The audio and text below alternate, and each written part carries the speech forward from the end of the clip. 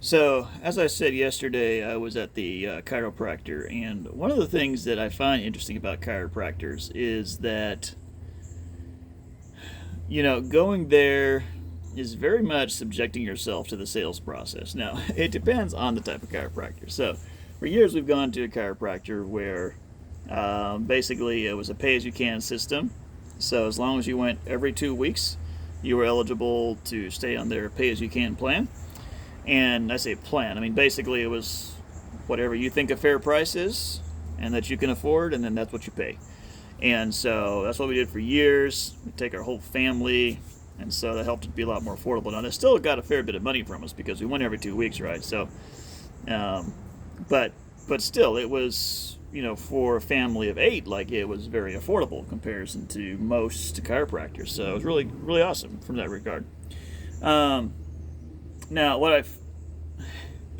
in some of the other chiropractors that we've recently experienced, what they want to do is they want to set you up on an annual plan of some type, or at a minimum like several months or whatever. And so these are usually multi-thousand-dollar plans, and then you decide what you're with them. You decide on the frequency and the sort of scope of care, if you will, and then you sign up and you go for it. So either you pay lump sum and maybe get a discount off of the retail price, or you pay monthly, or however you want to, however it works. Um, so it's been kind of interesting experience to go through their sales process because, of course, they want to create. I suppose they want to create authority, but I say probably even more than authority. What they're trying to do is they're trying to create a sense of urgency slash need and also clarity around the solution, right? And the problem, they're trying to create clarity around the problem and the solution in a way that inspires you to action. Now, that sounds a little bit familiar. Borrowing some language from my friend Eugene. So, excuse me. Um, so they show you X-rays of like, hey, here's what your spine is doing, and like here's where it should be, here's where it's at currently, here's your score on this or that test, and we're going, you're 75 out of 100, or you're 36 out of 100, or whatever. Well, what I kind of find lacking in all of this is trying to get some context, right? So it's like, okay, I know my lower, I see my lower back does not have as much curvature to the spine as what it should.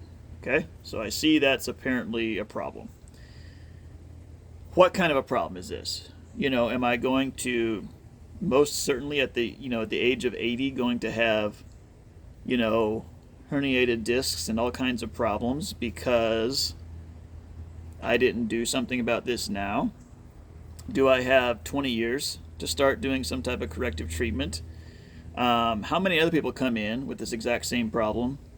How many of them actually get a real correction from what you do, and not just some temporary relief?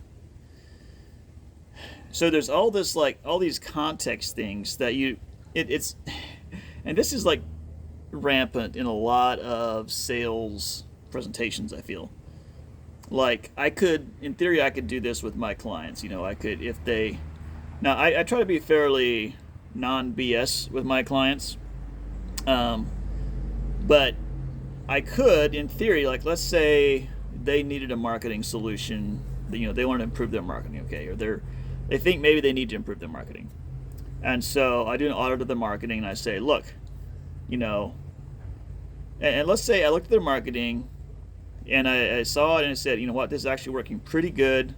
They really may not benefit dramatically from making any changes.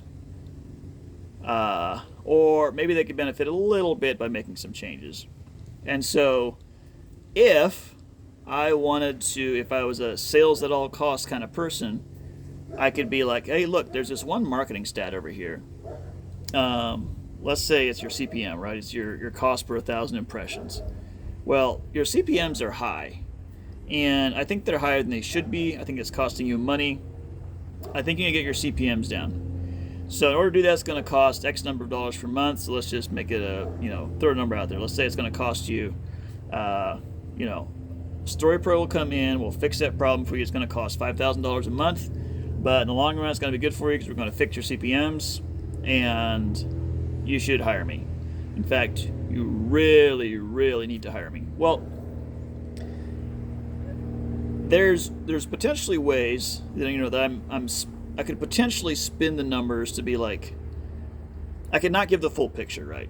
So, in the case of CPMs, a higher CPM might actually mean we're getting more qualified traffic in the door. We're getting higher quality. Maybe it's cold traffic, but it's higher quality cold traffic essentially that we're getting in the door, and so, or only maybe say slightly warm traffic, right? So therefore, higher CPMs could be a signal that not one-to-one, right? But it could be a signal that we're actually on the right track because let's say we're trying to do lead generation. We're looking for people who are actually going to sign up. We're not looking for the tire kickers. So therefore, higher CPMs could actually be an indication that we are on the right track. Well, so in the sales process, if I'm a sales at all costs kind of person, I can potentially spin the thing to make it sound as if they must hire me, when in reality maybe they don't even really have a real problem. Or maybe the problem isn't the thing that maybe their problem is something that my solution doesn't encompass. They should go hire someone else. But because I want to sell them my product, my service, I make it about this certain element. So I cherry pick a stat and I tell them they need to improve this stat, right? So that's what I kind of find a little annoying about the chiropractic example is like the lack of context. Like I don't really know. Like if you have severe back pain, right? And you go to the chiropractor and they're like, yeah, we could fix your back pain by doing this. Okay, that's cool. I've got a tangible like gauge. It's like if my back hurts, I know we're not successful. If it doesn't hurt, I know we've been successful in the general sense. So, okay, cool. That's relatively straightforward. Now, what I still don't know is how many of the people who have my type of back pain has the chiropractor been successful in fixing, right? What's the likelihood that we get a good outcome? So kind of, in that experience, kind of being pressured to like, hey, you need to sign up. You need to like, we need to get you kind of that closing pressure of like, okay, you got to get you on the schedule. You got to come in every 2 weeks. You got to come in every week. We've got to get your spine curvature corrected.